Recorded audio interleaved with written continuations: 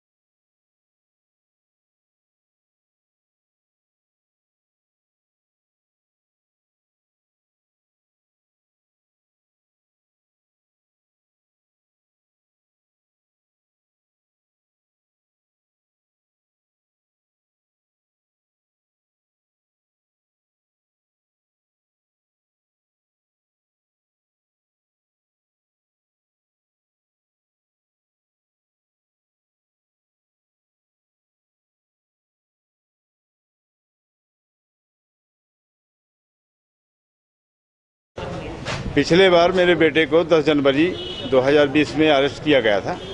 घर से ही लेके आए थे और L&T फाइनेंस कंपनी में मेरा बेटा मतलब कर्मचारी के बतौर काम करता है।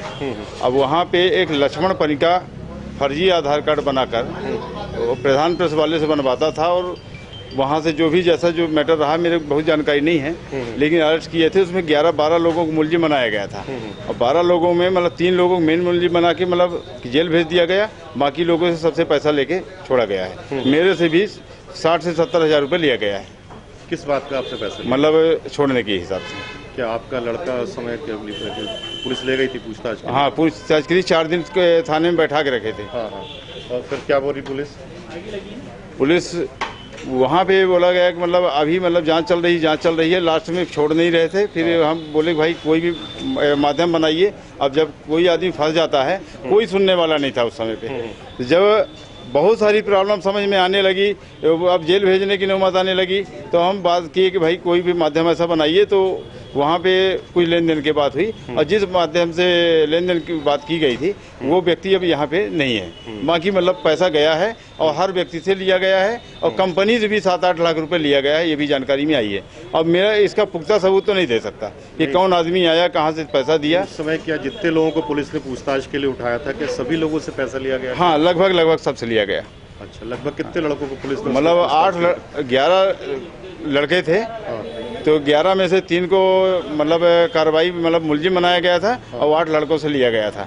और उसी मैटर को उछालकर अभी 6 महीने के बाद जब कंपनी गलत थी तो कंपनी के ऊपर बैन नहीं लगाया गया और कंपनी में वही लड़के फिर काम कर रहे हैं और आज फिर से वही मुकदमा कायम किया गया और लड़कों के ऊपर धारा लगा के मतलब फिर से मतलब 3 दिन से अभी लड़के लोगों को अंदर करके हम लोग कहीं किसी से मिल भी नहीं पाए हैं और अंदर करके रखे हैं।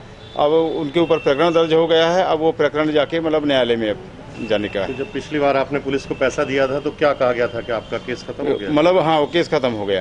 अच्छा, कितना दिए थे आप?